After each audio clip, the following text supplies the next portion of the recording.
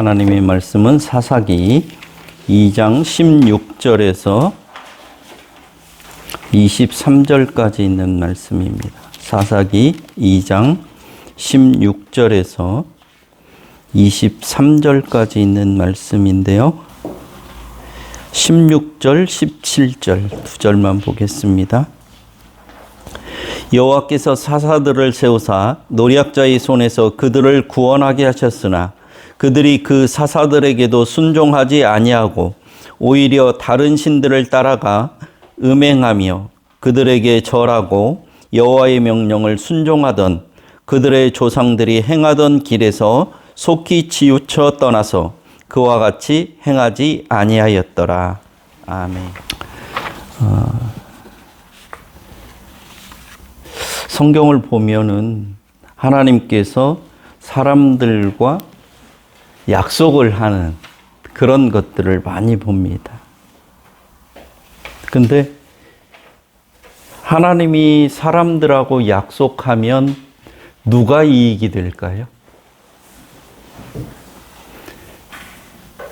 그것을 우리들이 쉽게 이해할 수 있는 게 뭔 거니?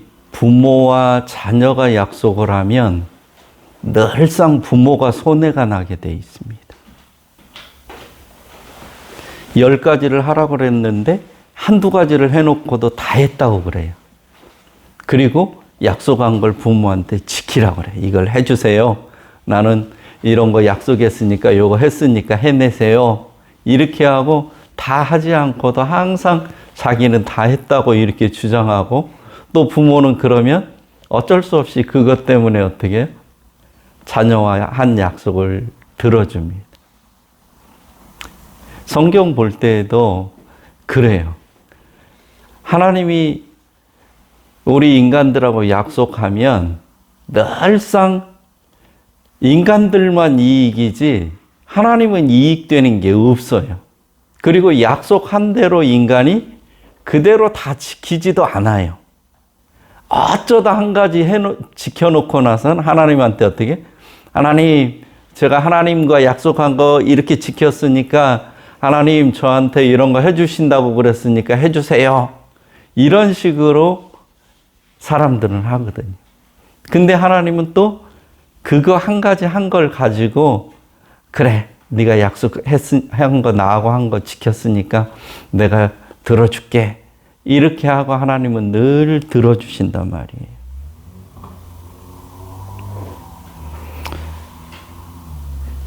그래서 성경을 보면 사람들이 잘못 오해하기가 쉬워요. 하나님도 하나님의 언약도 불변인데 성경을 보면 하나님이 후회하시고 마음을 바꾸시는 것처럼 이렇게 묘사되어 있단 말이에요. 하나님은 어제나 오늘이나 언제든지 동일하게 계시는데 인간이 쉽게 이해할 수 있도록 표현하다 보니까 오히려 하나님이 변덕스러운 하나님처럼 이렇게 보이게 되어 있단 말이에요. 우리들이 자녀를 사랑하는 마음은 변하지 않죠. 부모들에는 자녀들을 사랑하는 마음이 늘 있어요. 자녀가 뭘 잘하든지 못하든지 뭐 성공을 하든지 실패를 하든지 공부를 잘하든지 못하든지 그런 거와 상관없이 자녀를 사랑하는 마음이 늘 있습니다. 근데 자녀들은 지가 원하는 걸 부모가 해주면 부모가 지를 사랑한다고 생각하고 지가 원하는 걸 부모가 안 들어주면 부모가 지를 사랑하지 않는다고 생각해요. 누가 변했어요? 부모가 변한 게 아니라 지 마음이 왔다 갔다 하는 거예요. 그래서 언제는 부모가 좋다고 그랬다가 언제는 싫다고 했다가 언제는 사랑한다고 그랬다가 언제는 사랑하지 않는다고 그랬다가 이런단 말이에요. 그런 자녀에게 맞춰주는 부모가 변한 건가요? 변하지 않은 건가요? 그러니까 성경을 보면은 늘상 이 인간들이 어떤 때는 하나님을 좀 사랑하는 것 같고, 하나님께 순종하는 것 같고, 하나님께 뭐 하는 것 같아요. 그때는 하나님의 사람인 것 같이 그렇게 보여요. 성경에도 그렇게 써져 있고. 그럼 하나님은 좋아서 또 그 하나님의 백성들에게 막 넘치도록 막 해준단 말이에요. 근데 어쩌다가 이제 지가 하나님이 지 맘에 안 들어요. 그러면 어떻게 해요? 하나님하고 약속한 거, 하나님께 그동안 받은 거, 이런 거 생각지도 않고 어떻게 해요? 하나님이 어디가 있어? 하나님이 나를 언제 사랑했어? 이렇게 하면서 지가 떠나요. 하나님이 너 떠나라. 이렇게 한 게 아니란 말이에요. 하나님은 변함없이 그를 사랑해요.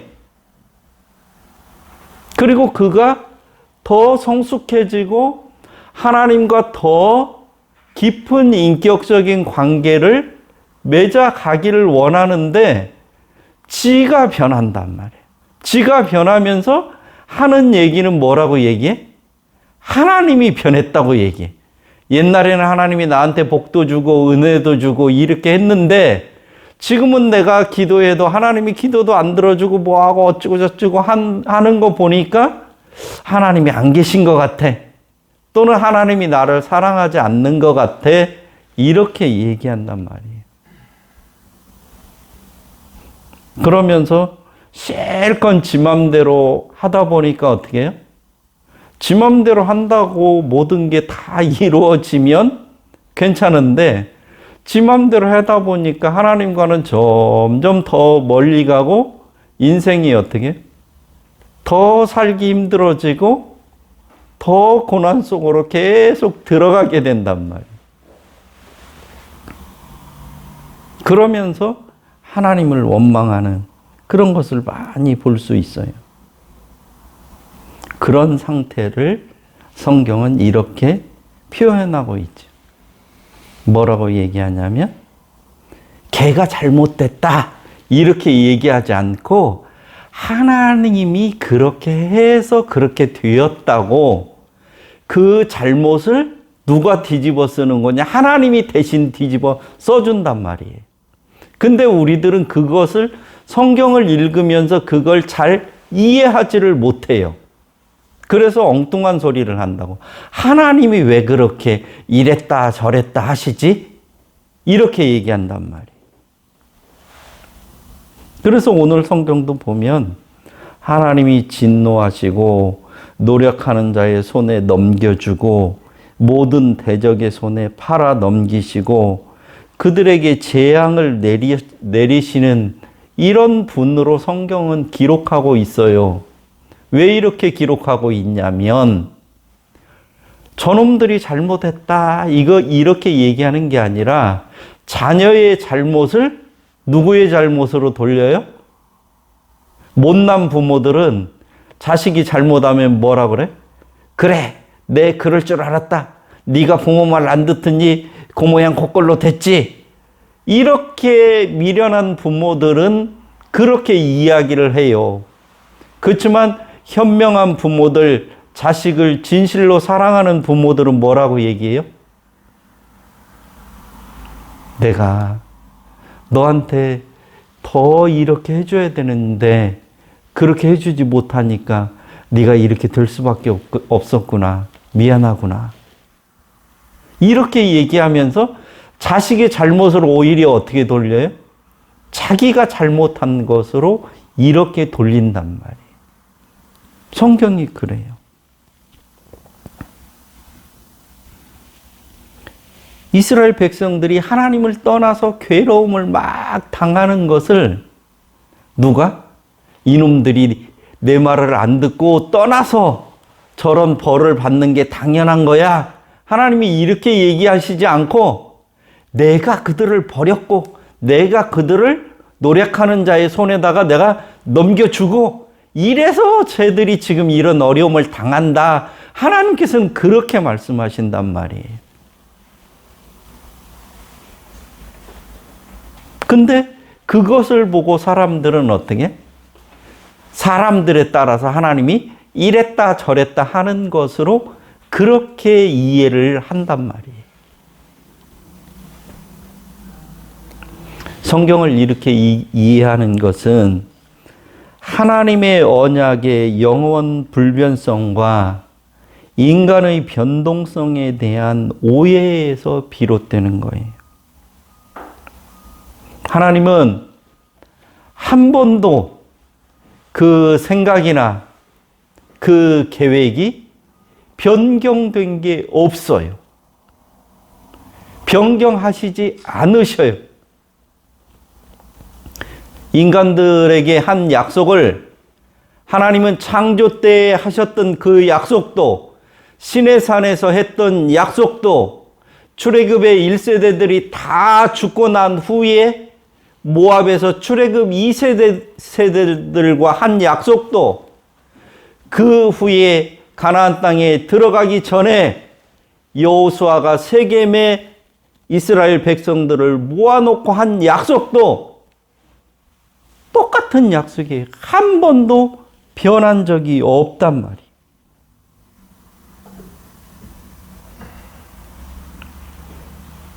하나님은 이 땅에 온전한 하나님의 나라를 이루시는 것이 하나님의 뜻이에요.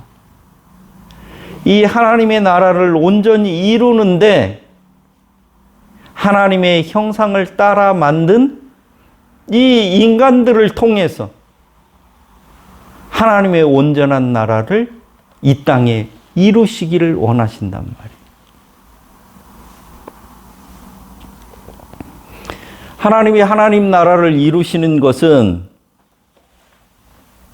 이 세상 우주 만물을 창조하지 않고도 인간과 언약을 맺지 않고서도 얼마든지 하나님이 원하는 나라를 만드실 수 있어요.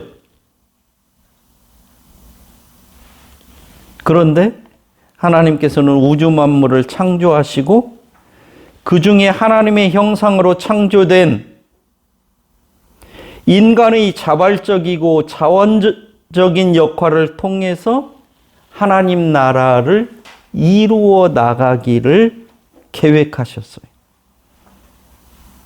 그래서 이 하나님의 형상으로 창조된 이 인간들을 통해서 하나님이 원하시는 하나님의 나라를 이루시는 것을 하나님께서 가장 기뻐하시고 하나님께서 영광을 받으시는 일이다 이 말이에요.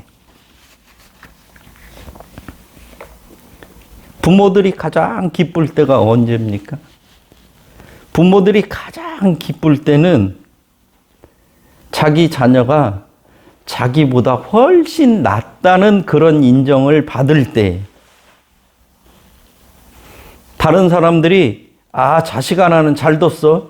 당신보다 몇 배나 훨씬 훌륭한데?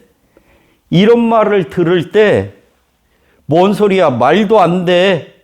내가 잘났으면 훨씬 잘났지. 뭐 말도 안 되는 그런 소리를 해. 이런 사람은 이 세상에 한 명도 없어요. 자기 자식이 자기보다 잘났다는 것을 부모들은 그 소리를 들을 때 가장 좋아해요. 기뻐해요. 오히려 자기가 바보가 되는 거잖아요, 사실은. 그렇잖아요? 자기 자식이 자기보다 훨씬 잘났다, 훨씬 훌륭하다, 그 말은 어떻게 해? 내가 걔보다 다른 말로 하면 훨씬 못났고 훨씬 훌륭하지 못하다는 얘기잖아요. 그런데도 그 얘기를 들으면서 부모들은 어떻게 생각해요?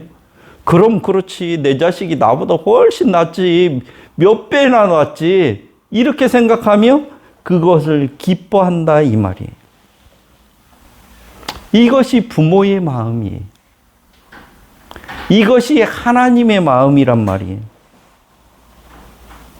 하나님의 형상으로 창조된 인간이 정말로 하나님의 창조하신 그 목적에 따라서 올바로 살아갈 때 하나님은 그것을 보면서 이 세상에 그 무엇보다도 즐거워하시고 기뻐하시고 하나님께서는 그것을 통해서 영광을 받으신단 말이에요. 근데 하나님의 형상으로 창조된 인간이 맨날 하는 짓이 인간답게 살지도 않고 나쁜 짓이나 하고 사회의 암적인 존재로 그렇게 살아간다고 하면 만약에 사람들이 하나님께 이야기할 때 도대체 하나님의 형상으로 만들어진 저 인간이라는 작자들이 하는 저 행위가 도대체 하나님의 형상이냐 이렇게 이야기할 때 그런 얘기를 하나님이 들으신다면 그것이 가장 하나님께는 못마땅한 그런 이야기고 가장 불명예스러운 이야기 아니겠냐 이 말이에요.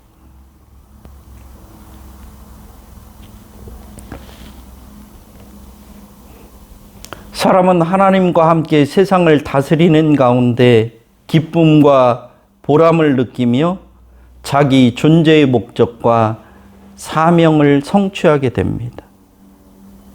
반면에 하나님은 인간이 인간답게 살 때 가장 영광을 받으시게 된다는 말입니다. 하나님께서 언약을 맺으신 궁극적인 목적은 인간을 자기 백성 삼기 위해서입니다.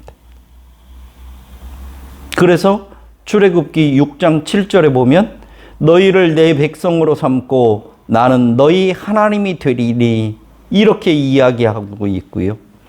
출애굽기 19장 5절에서 6절까지는 세계가 다 내게 속하였나니 너희가 내 말을 잘 듣고 내 언약을 지키면 너희는 모든 민족 중에서 내 소유가 되겠고 너희가 내게 대하여 제사장 나라가 되며 거룩한 백성이 되리라.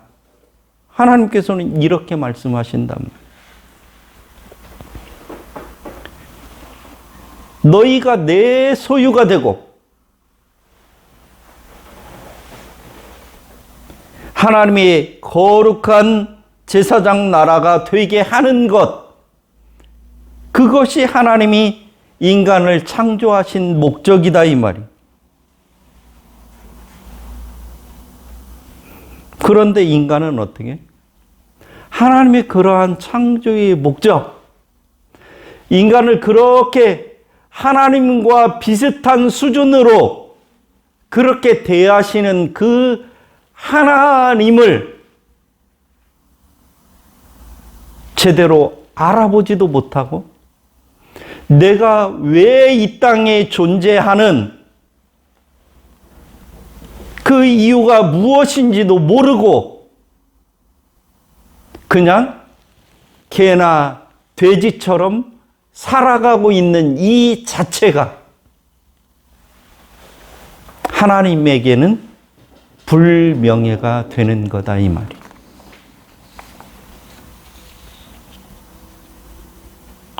우리와 언약을 맺어주시고 언약을 맺는다고 하는 것은 대등한 입장으로 대한다는 얘기잖아요. 하나님과 언약을 맺는 대상으로 인간을 삼으시고 그런 수준으로 하나님께서 여겨주시고 너는 내 언약을 실현해 나갈 수 있는, 실천해 나갈 수 있는 그런 존재로 인정해 주시고 삼아 주셨다는 것이 인간에게는 얼마나 영광스러운 일이냐 이거죠. 하나님께서 이렇게 해 주셨는데 인간은 자기 스스로를 하나님의 언약의 대상이라고 하는 이것을 잃어버리고 그냥 무슨 이 세상에 짐승들 사는 것처럼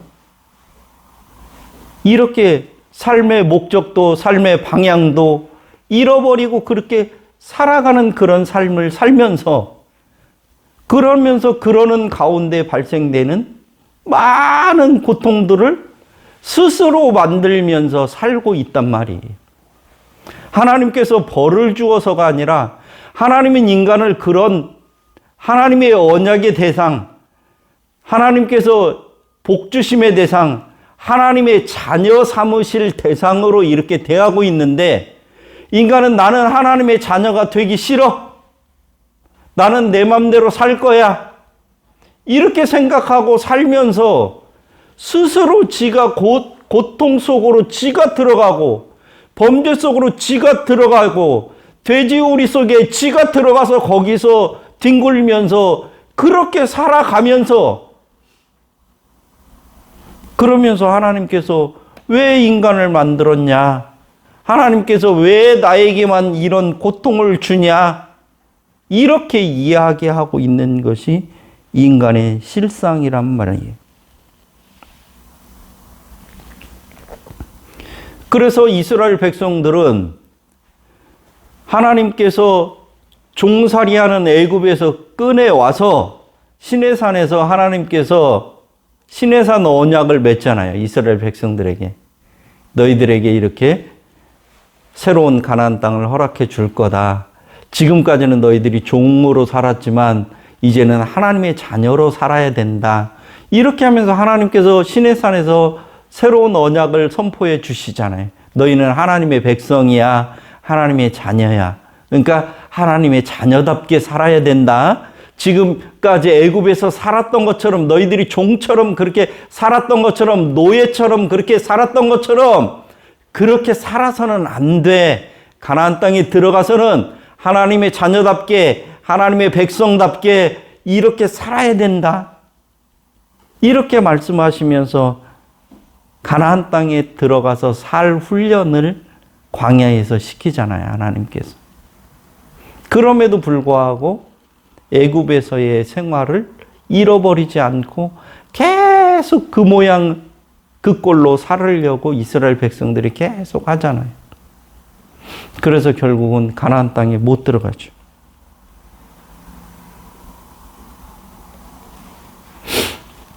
그래서 가나안 땅을 눈앞에 두고 다시 세겜에서 이제 출애굽 2세대들 가나안 땅에 들어가서 살아야 될 그런 사람들과 언약을 맺어요.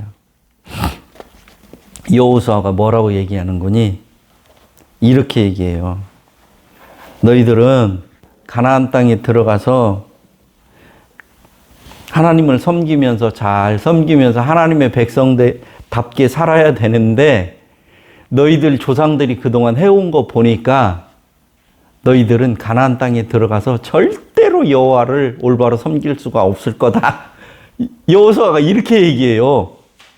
여호수아서 24장 19절 20절 보면 그렇게 얘기해요. 여호수아가 이스라엘 백성들을 불러놓고 그죠? 출애굽 2세대, 1세대들은 이제 다 죽었어. 가나안 땅에 들어가기 전에 여호수아와 갈렙 두 사람만 살아 있어요. 애굽에서 종살이 하다가 나와서 시내산에서 하나님께서 너희들을 젖과 꿀이 흐르는 가나안 땅에 들어가게 해줄 테니까 거기 가서 하나님의 백성답게 이렇게 살아야 된다. 이렇게 하는데도 계속해서 그 자기들이 하나님의 백성이라는 걸 잃어버리고 계속해서 이렇게 노예적인 습관을 버리지 못하니까 하나님이 광야 생활 40년 동안에 계속 훈련시켜도 이게 훈련이 안 돼요. 하나님의 백성다운 모습이 회복이 안 되는. 그래서 다 죽었어요. 그래서 광야 40년 동안 태어난 출애굽 2세대들 그 사람들한테 얘기하는 거예요. 여호수아가 세겜에서 뭐라고 얘기하냐? 너희 아버지, 할아버지, 할머니, 어머니 다 광야에서 죽었지 않냐? 하나님의 백성답게 살지 못하고 다 광야에서 죽었지 않냐? 그 후손인 너희들이라고 젖과 꿀이 흐르는 가나안 땅에 들어가서 하나님 백성답게 과연 살 수 있겠냐? 이스라엘이 여호와를 능히 섬기지 못할 것을 여호수아가 강하게 경고해요. 이 말은 무슨 말이에요? 여호수아의 간절한 소망이 여기에 담겨 있는 게 역설적인 이야기란 말이에요. 제발 좀 나와 갈렙을 빼놓고 모든 사람들이 광야에서 다 죽은 것처럼 그렇게 죽지 말고 가나안 땅에 들어가서는 제발 좀 하나님의 백성답게, 언약의 백성답게, 하나님의 자녀답게 여호와를 온전히 섬기면서 너희들이 살아야 될 거 아니냐, 이 얘기를 지금 거꾸로 얘기하는 거예요.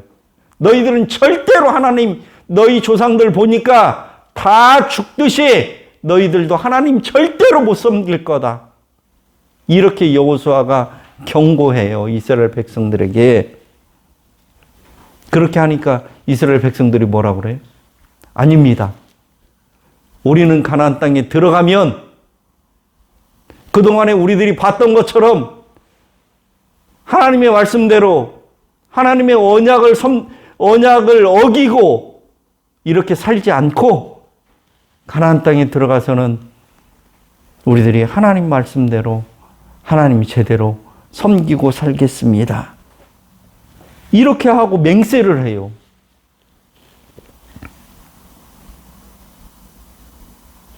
우리가 하나님의 백성답게, 하나님의 자녀답게 가나안 땅에 들어가면 살겠습니다. 우리는 세상의 가치와 세상의 기준과 세상의 방법을 따라서 사는 사람들이 아니라 하나님께서 우리에게 말씀하신 것처럼, 하나님이 우리를 대하시는 것처럼 그렇게 우리들은 하나님을 섬기는 사람으로 살겠습니다. 이렇게 약속을 아주 철저하게 한단 말이에요. 그리고 이들이 젖과 꿀이 흐르는 가나안 땅에 들어와요.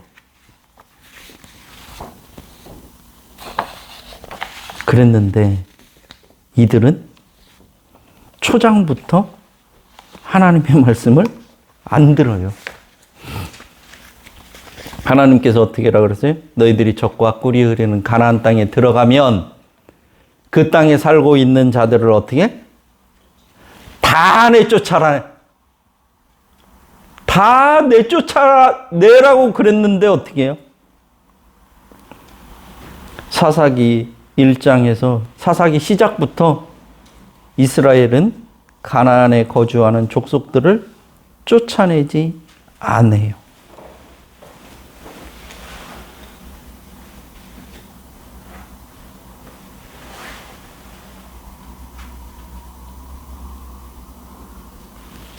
실컷 약속해놓고, 약속은 아주 꿀떡 먹듯이 해놓고, 그리고 가나안 땅에 들어오자마자 바로 하나님과 한 약속을 어떻게 해? 어겨버려요.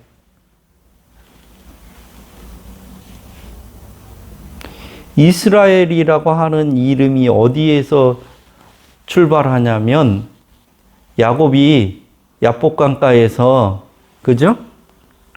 사기꾼이에요. 야곱이 사기꾼이라는 거 다 알잖아요. 뒤꿈치 잡은 자라고 하는 말. 그죠? 그러고 자기 고향으로 돌아오다가 어떻게 해요? 형 에서를 만나면 자기가 죽을 것 같으니까 어떻게 해요? 다 먼저 보내놓고 약삭 빠르게 뒤에 혼자 남아있다가 어떻게 해요? 하나님의 천사와 씨름하다가 어떻게 해요? 위골된 다음에 그 다음에도 어떻게 해요? 계속 붙들고 하나님의 천사와 씨름하잖아요. 그래갖고 이제 날이 밝으니까 하나님의 천사가 뭐라 그래? 야, 이제 나라 그만, 씨름 그만하자.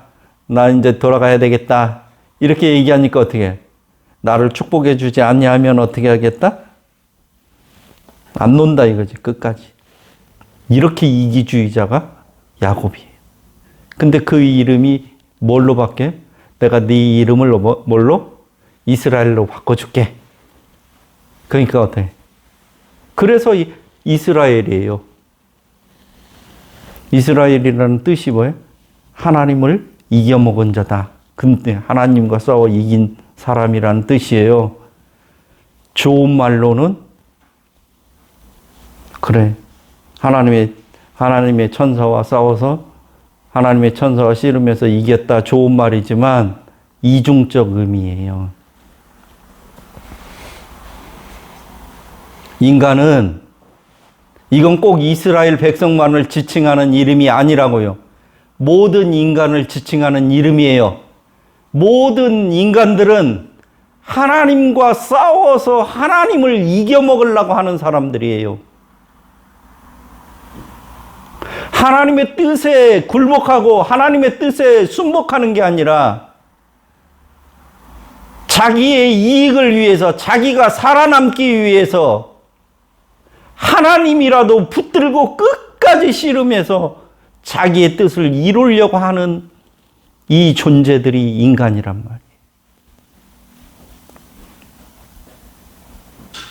사사기는 이런 모습을 아주 적나라하게 보여주는 거예요.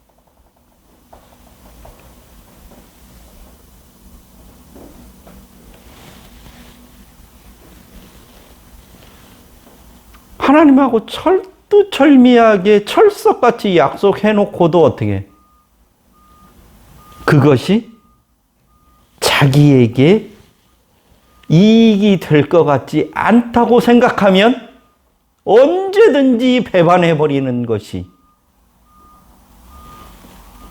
그것이 인간이란 말이에요.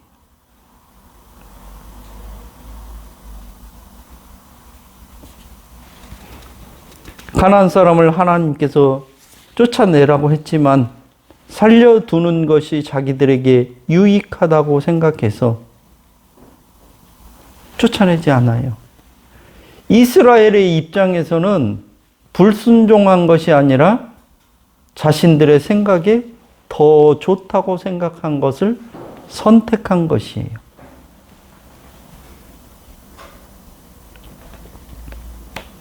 그래서 더 좋은 것을 선택했으면 어떻게 해요?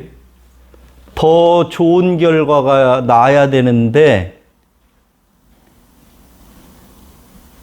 자기가 좋은 것이라고 선택한 것이 어떻게 해요?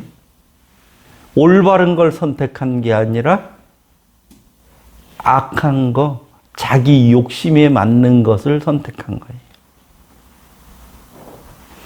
의로운 것, 선한 것, 좋은 것을 선택한 것이 아니라 지가 생각할 때는 좋은 거라고 생각했지만 결코 인간에게 도움이 되지 않는, 인간에게 나쁜, 하나님에게서 멀리 떠나는 그런 선택을 한 거라 이 말이에요. 당연히 하나님에게서 떠난 사람들의 삶이 어때요?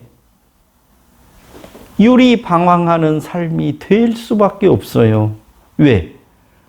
인간 존재의 목적을 알지도 못하고 인격을 고귀하게 만드는 것도 아니고 인간을 인간답게 만들어주는 것도 아니기 때문에 하나님을 떠난 인간은 하나님이 벌을 주지 않아도 그 스스로 고통을 받고 어려움을 당할 수밖에 없는 거다 이 말이에요. 그래서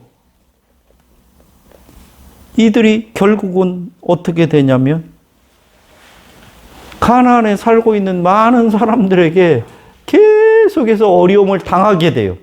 고통을 당하게 돼요.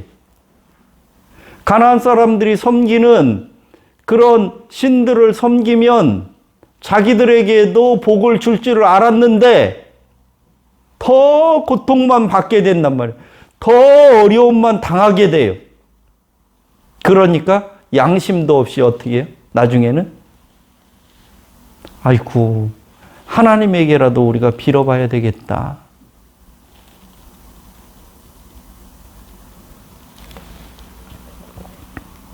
그래서 이들이 어떻게 해요? 대적의 압박과 괴롭게 함을 받아 슬피 부르짖음으로 여호와께서 뜻을 돌이켰다 이 말. 지가 힘들고 괴롭고 어떻게 할 수 없으니까 그때서야 어떻게?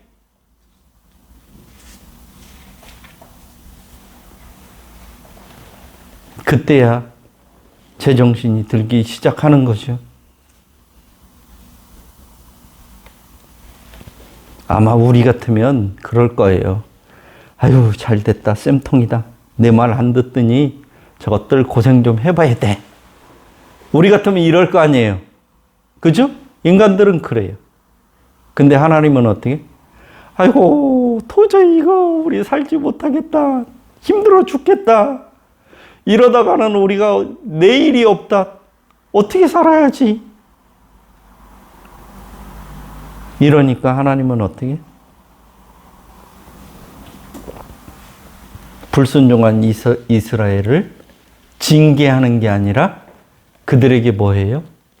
은혜를 베풀어 주셔.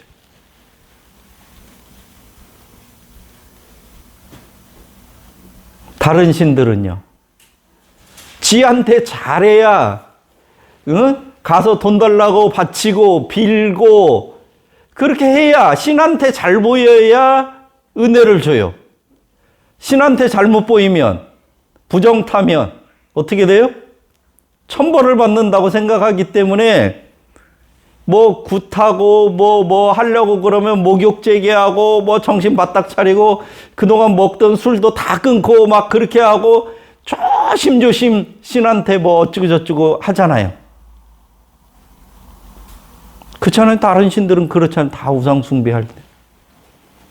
근데 하나님은 다른 신을 섬기고 막 괴롭고 고통받고 이러면은 징계하시는 게 아니라 하나님은 어떻게 하냐면 그들에게 은혜를 베풀어 준단 말이에요.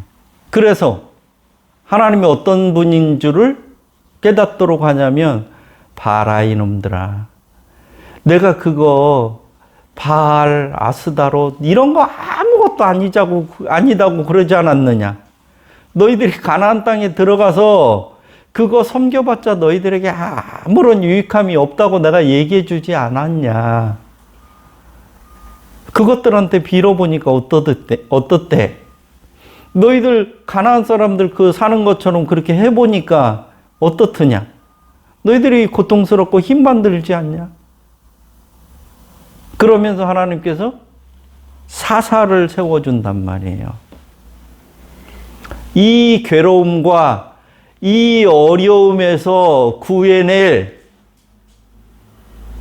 사람, 하나님의 일꾼을 하나님께서 세운단 말이에요. 그래서 이 고통받는 이스라엘 사람들을 어떻게 해요? 그 고통으로부터 건져내주는 은혜를 하나님께서는 베풀어 주신다. 우리는 뭐 사사가 별 대단한 사람으로 생각하는데, 사사는 별 볼 일 없는 사람이에요. 훌륭한 사람들이 아니에요. 그저 사사는 하나님이 어떤 분이신지를 보여주는, 나타내주는 그런 하나의 도구일 뿐이에요. 그래서 별 볼 일 없는 사람들이 사사로 세워지는 거예요. 목사도 마찬가지예요. 그렇게 훌륭한 사람들이 목사 되는 경우 별로 없어요. 대부분 목사들은 별 볼 일 없는 사람들이에요. 왜? 별 볼 일 없는 사람들을 세워서 어떻게 해요? 하나님의 놀라운 일들이 이루어져야 어떻게 해요? 그래야 하나님이 하신 게 되는 거예요. 아주 별 볼 일 있는 사람들, 훌륭한 사람들을 세워서 하면은 어떻게? 그 사람이 한 것 같아. 그렇잖아요? 원래 능력 있고 잘났고 뭐 이 세상에서 뭐 막 그런 사람들을 세워서 하면은 원래 그 사람들은 하나님이 없어도 그런 일을 할 수 있는 사람인 것처럼 보여요. 그래서 다음부터 보겠지만 사사들은 진짜 별 볼 일 없는 사람들이에요. 그런 사람들을 하나님이 세워갖고 하나님이 어떤 분이신지를 보여주는 게 요 사사기. 그래서 사사들을 세워가지고 하나님을 떠나서 받는 이런 고통 가운데 있는 이스라엘 백성들에게 하나님의 은혜를 베풀어 주셔요. 그런 고통과 어려운 것을 하나님께서 면하게 해준단 말이에요. 그러면은, 내가 하나님을 떠나는 게 이게 고통이고, 하나님께 돌아와서 하나님의 말씀대로 사는 게 나에게 복이구나. 그러니까 그렇게 내가 살아야지. 이렇게 하고 살면, 그러면 되는데, 사사기는 사사가 12명이나 등장하잖아요. 그 얘기는 무슨 얘기예요? 좀 어려움이 없어지고, 좀 살만해지고, 그러면 어떻게? 에이, 우연히 그런 일이 생겼겠지. 그럼 그렇지. 경기가 나빠지면 바닥에 가면은 더 이상 떨어질 게 없으면은 그때부터 좋아지듯이 이제 고통이 끝날 때쯤 됐는데 내가 조금만 더 견뎠으면 하나님 없이도 잘 됐을 텐데 그거 좀 이렇게 뭐 어떤 사람 세워갖고 좋아졌다고 그래서 그게 하나님이 했다고 그럴 수 있을까? 이러면서 또 떠나고 하는 것이 몇 번이요? 12번이나 이루어졌다는 게 사사기예요.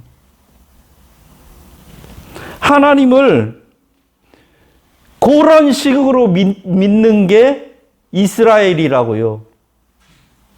하나님을 이겨먹는 자들이라고요. 그게 지금 이 땅에 살고 있는 인간들의 본성이라고요. 죄인들의 습성이에요. 조금만 상황이 나아지고 조금만 좋아지면 지가 잘해서 뭐가 여건이 좋아져서 이런 식으로 생각하고 하나님은 또 저 멀리 떠나버리는 것이 인간들의 모습이고 인간의 본성이란 말이에요. 그럼에도 불구하고 하나님은 어떻게 해요? 그렇게 헤매는 인간들에게 어떻게 해요?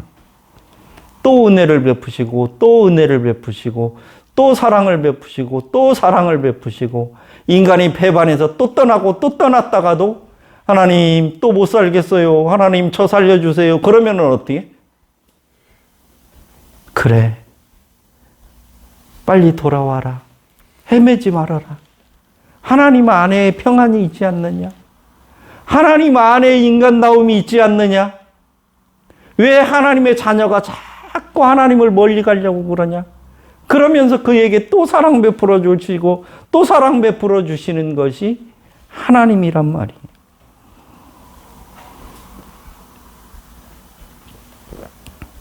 죄인이 하나님을 아는 것이 얼마나 어려운가를 보여주는 것이 사사기입니다. 하나님을 하나님으로 믿는 것, 하나님의 말씀을 순종하는 것이 은혜입니다. 신앙은 굴종이나 복종이 아니라 가장 좋은 것을 선택하는 것이, 그리고 하나님의 은혜를 즐기고 하나님께서 주신 자유를 누리고 하나님께서 주시는 평안을 누리면서 신나고 행복하고 즐겁게 사는 것이 신앙입니다. 이것이 하나님이 인간에게 가장 원하는 거란 말이에요. 무슨 우리가 많은 무슨 헌금을 하고 할렐루야 하나님 어찌고 이렇게 하는 것을 좋아하는 것이 아니라 하나님의 형상으로 창조된 그 인간이 하나님이 나를 얼마나 고상하게 여기고 높여주시고 인격적으로 대하는가를 알고 그 하나님께 감사하고 그 하나님의 말씀 안에서 살아가는 것, 그것이 하나님이 가장 기뻐하시는 일이고 그것이 가장 하나님께 영광 돌리는 그런 삶이다 이 말이에요. 하나님은 우리 인간들에게 그것을 기대하시는 거란 말이에요. 그것을 역설적으로 보여주고 있는 것이 사사기입니다. 하나님이 안 보이니까 하나님이 우리들을 위해서 뭐 해줬냐?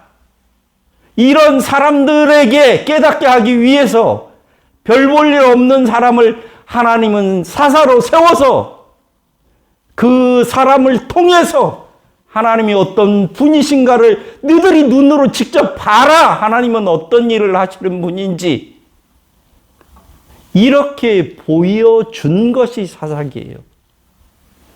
하나님의 살아계심, 하나님의 전능하심, 하나님의 이스라엘을 위하심이 무엇인지를 눈으로 확인시켜 주신 것이 사사들을 세운 거란 말이에요. 이럼에도 불구하고 이 하나님을 떠난 인간들, 그 군상들의 모습이 기록되어 있는 것이 사사기예요.